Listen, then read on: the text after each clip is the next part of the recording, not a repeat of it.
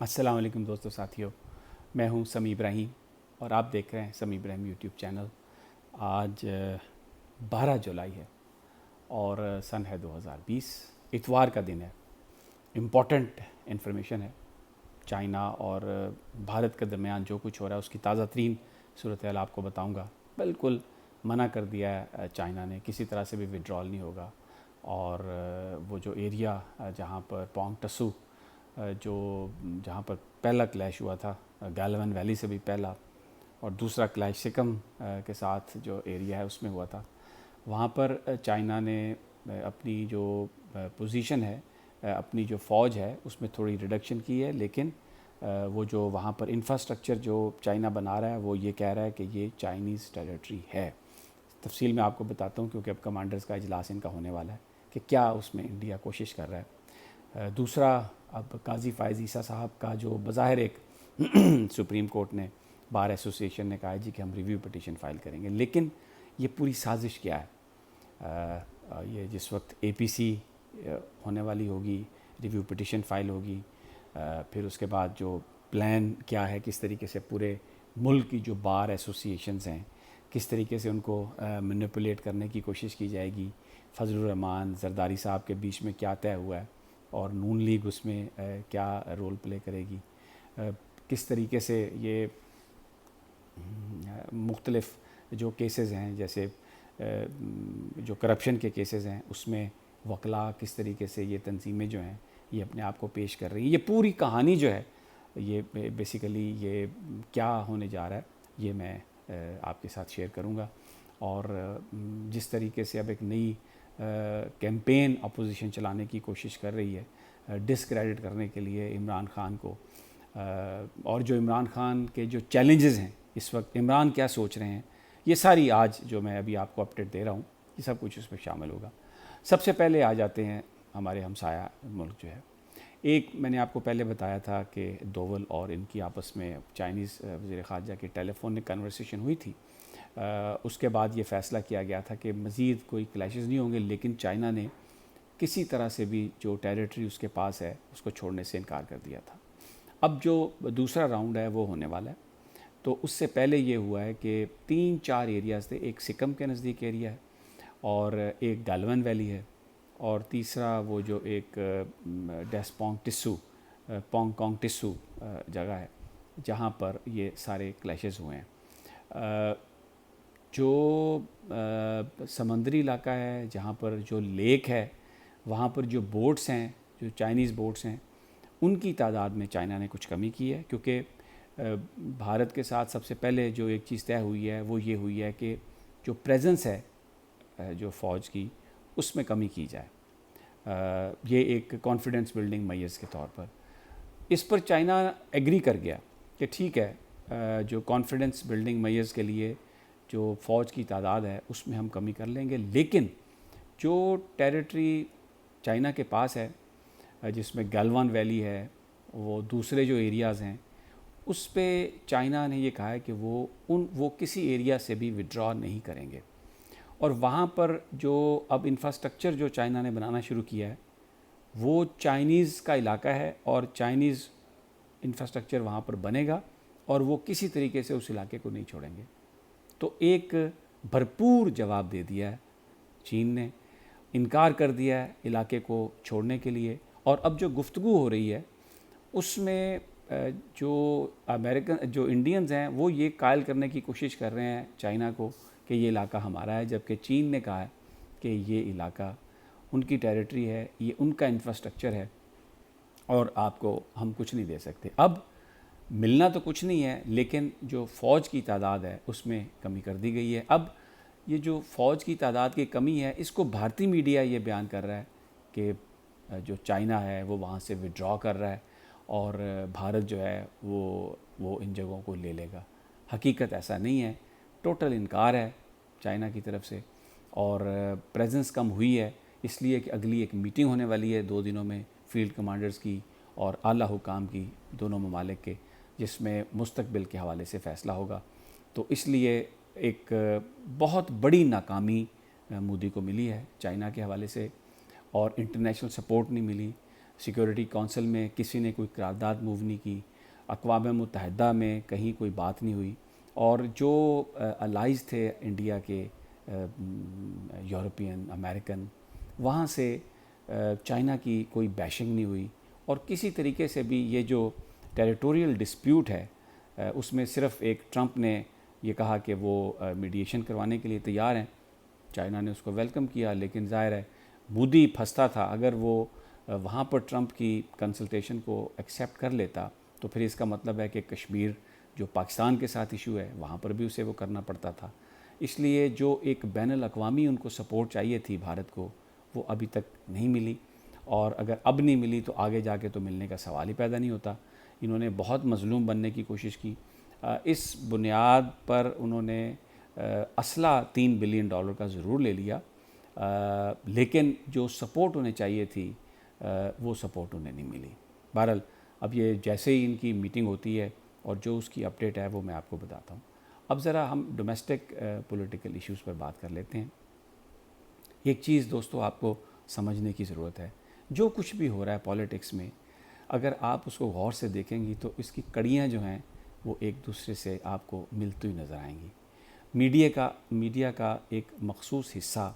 جو کرپشن کے کیسز ہیں ان کو پولیٹیکل وکٹمائزیشن کے طور پر پیش کرتا ہوا آپ کو نظر آئے گا۔ مثال کے طور پہ جنگ گروپ کے جو اونر ہیں ان کے خلاف جو مقدمات ہیں، ان جنگ یہ کہتا ہے، اور ان کے جو دانشور ہیں جو تنخواہ لیتے ہیں وہ یہ کہتے ہیں کہ جناب یہ میر شکیل الرحمان صاحب کو سچ لکھنے کی سزا دی جا رہی ہے۔ اور پھر اس میں ہم آپ دیکھتے ہیں کہ اس میں مسلم لیگ نون کا بھی کیونکہ یہی بیانیہ ہے کہ نواز شریف، شہباز شریف، احسن اقبال، یہ جو سب لوگ ہیں ان کے اوپر جو کرپشن کے چارجز ہیں یہ در حقیقت سیاسی طور پر ہیں، تو وہ بھی ان کے ساتھ مل گئے۔ اب ایک اور چیز آپ کو نظر آئے گی کہ جو تمام جو وکیلوں کی تنظیمیں ہیں، یہ بڑے دیکھیں یہ بڑے افسوس کی بات ہے، سپریم کورٹ بار ہو، ہائی کورٹ بارز ہوں، پاکستان بار کونسل ہو، ابھی میر شکیل الرحمان کے مقدمے میں سب لوگ پیش ہوئے۔ یہ وہی لوگ تھے جو نواز شریف صاحب کے مقدمے میں بھی پیش ہوتے ہیں۔ تو انہوں نے اس سے پہلے اور یہ کہا کہ جی دباؤ عدالت پر ڈال کر میر شکیل الرحمان صاحب کی ضمانت لینے کی کوشش کی۔ ایسا بہت کم دیکھا ہم نے۔ کلب علی شاہ صاحب چلے گئے، سپریم کورٹ بار کے صدر۔ آپ ایک پولیٹیشین ہیں، یعنی جو سپریم کورٹ بار کا تقدس تھا، جو سینکٹیٹی تھی، مجھے یہ کہنے میں کوئی عار نہیں کہ supreme court has lost its credibility. ایک پپٹ اور ایک سیاسی جو گروپ ہے اس کے ایک ایجنٹ کے طور پر بظاہر یہ کام کرتے ہوئے نظر آ رہے ہیں۔ بڑا افسوس ہے، سپریم کورٹ بار پاکستان کی ایک بڑی اس کی سینکٹیٹی تھی، اور اب وہ وکلاء بھی جس میں محمود علی قصوری ٹائپ ہوتے تھے، جو بڑے بڑے پیرزادہ اور بڑے لوگ تھے، اب دیکھ لیں کہ حبیب جالب کے بعد جس طرح شاعری ڈیٹیریوریٹ ہوئی ہے، وکیلوں کے لیڈر بھی دیکھ لیں کون ہے یہ۔ میں زیادہ کچھ نہیں کہنا چاہتا، لیکن میں بتا یہ رہا ہوں کہ آنے والے دنوں میں آپ دیکھیں گے کہ ابھی یہ جو اے پی سی اپوزیشن کر رہی ہے، اس کے ساتھ ساتھ آپ دیکھیں گے کہ یہ سپریم کورٹ بار جو ریویو پٹیشن کی ہے انہوں نے، اس کے بعد یہ عدالتوں پر دباؤ، ججز پر دباؤ ڈالنے کے لیے ایک چھوٹے چھوٹے اجتماعات، اور پھر وکلاء اکٹھے ہو کے سب آئیں گے جائیں گے۔ تو اب بنیادی طور پر یہ جو گروپ، یہ جو مافیا پچھلے کئی سالوں سے پاکستان پر حاوی ہے اور ہر طرح کی کرپشن کو وہ جائز سمجھتے ہیں، اب اس کا یہ تیسرا فیز شروع ہے۔ آل پارٹیز کانفرنس ہوگی ایک طرف، اس میں یہ فیصلہ کیا جائے گا کہ احتجاج کیا جائے۔ پھر قاضی فائز عیسیٰ صاحب کے حوالے سے جو ریویو پٹیشن ہے اس میں یہ سیاسی جماعتیں وکیلوں کے ساتھ ملیں گی، اور ایک ملک میں ٹرموائل پیدا کرنے کی کوشش کی جائے گی۔ عدالتوں پر دباؤ ڈالا جائے گا کہ وہ جو لوگ کرپشن کے مقدمات میں گرفتار ہیں یا جن کے اوپر یہ چارجز ہیں، یہ ان پر چارجز ختم کیے جائیں، جو گرفتاریاں ہیں ان کو رہا کیا جائے، اور پھر اس کے بعد راہ ہموار کی جائے کہ دیکھیں جناب یہ نواز شریف صاحب کو بھی جو سزا ملی تھی یہ بھی غلط سزا ملی تھی، یہ بھی نہیں اس وقت ملنی چاہیے تھی، اور یہ ساری پولیٹیکل وکٹمائزیشن ہے اور اس کو ختم کرنا چاہیے۔ تو یہ ایک بھرپور دوستو، یہ میں آپ کو بتا رہا ہوں، یہ ایک کوشش آپ کو نظر آئے گی، میڈیا میں نظر آئے گی، کالم نگار یہ باتیں کرتے ہوئے نظر آئیں گے، جیسے میں نے آپ کو پچھلی ویڈیو میں بتایا، ٹاک شوز میں یہ بات آئے گی، وکیلوں کے نمائندے جو ہیں وہ یہ بات کرتے ہوئے نظر آئیں گے، اپوزیشن نظر آئے گی، اور پھر اس کے ساتھ ساتھ میں آپ کو بتا دوں تحریک انصاف کے اندر بہت سارے ایسے لوگ ہیں جو موقع کی تلاش میں ہیں، وہ بھی عمران خان صاحب کی جو پولیٹکس ہے اس سے بہت تنگ ہیں۔ عمران خان کی سیاست کو جو لوگ سمجھ رہے ہیں، ایک بات آپ یاد کر لیں اور ایک بات آپ دیکھ لیں، کتنا بھی کوئی عمران خان کا قریبی عزیز تھا، اگر اس پر کرپشن کے چارجز لگے ہیں تو عمران خان نے اپنے آپ کو اس سے ڈس ایسوسیٹ کیا ہے، چاہے وہ جہانگیر ترین صاحب تھے، چاہے وہ علیم خان صاحب تھے، چاہے وہ نیازی صاحب تھے، چاہے وہ راجہ یاسر صاحب ہیں، چاہے وہ جو رحیم یار خان سے جو MNA ہیں، چاہے وہ ہیں مخدوم خسرو بختیار، ہر اس شخص سے پرائم منسٹر نے دوری اختیار کی ہے، اپنے آپ کو اس سے علیحدہ کیا ہے، ثابت کیا ہے کہ تعلقات جتنے بھی ہوں، اگر کوئی آدمی کرپٹ ہے تو عمران خان اس کے ساتھ نہیں ہے۔ لیکن اس کے ساتھ ساتھ عمران خان نے لوگوں کو اپنی بے بسی بھی بتائی ہے، پارلیمنٹ میں ان کے پاس کوئی اکثریت نہیں ہے، الائز کس طریقے سے ان کو بلیک میل کر رہے ہیں، لیکن انہوں نے کسی چیز پر کمپرومائز نہیں کیا، ایک میسج دے رہے ہیں پاکستان کے لوگوں کو، بتا رہے ہیں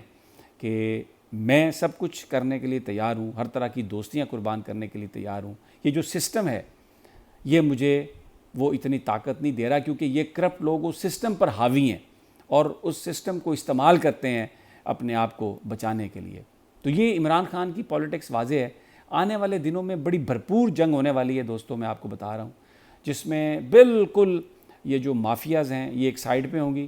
اور ان کے ساتھ یہ ساری تنظیمیں ہوں گی، اور بھی لوگ ان کے ساتھ ملیں گے۔ جو افسوسناک بات یہ ہے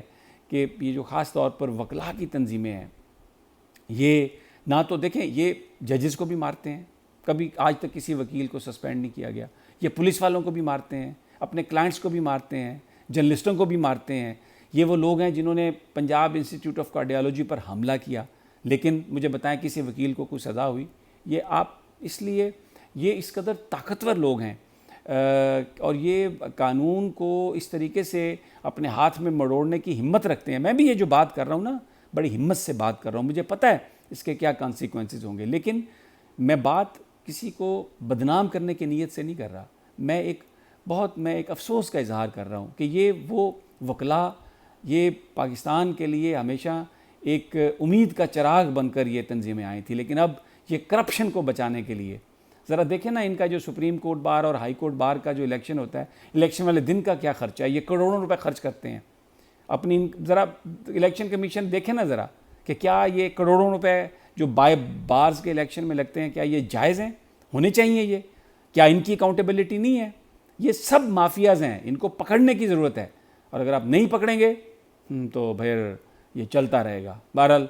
انشاءاللہ میں آنے والے وقتوں میں آپ کو لیٹسٹ اپڈیٹ دوں گا۔ اجازت دیجیے، اللہ نگہبان۔